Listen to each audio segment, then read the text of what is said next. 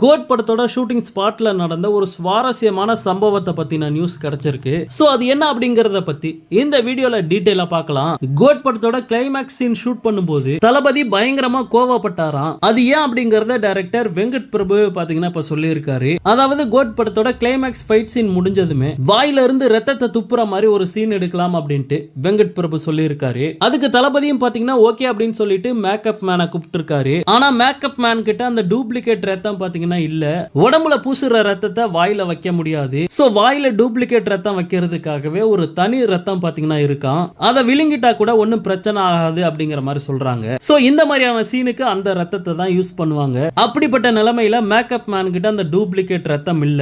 இதனால தளபதிக்கு சரியான கோவம். ஆனா அந்த மேக்கப் மேனை அறிவு இருக்கா அப்படி இப்படின்னு திட்டல. அதுக்கு பதிலா அந்த மேக்கப் மேனை அப்படியே பார்த்துக்கிட்டே இருந்தாரு.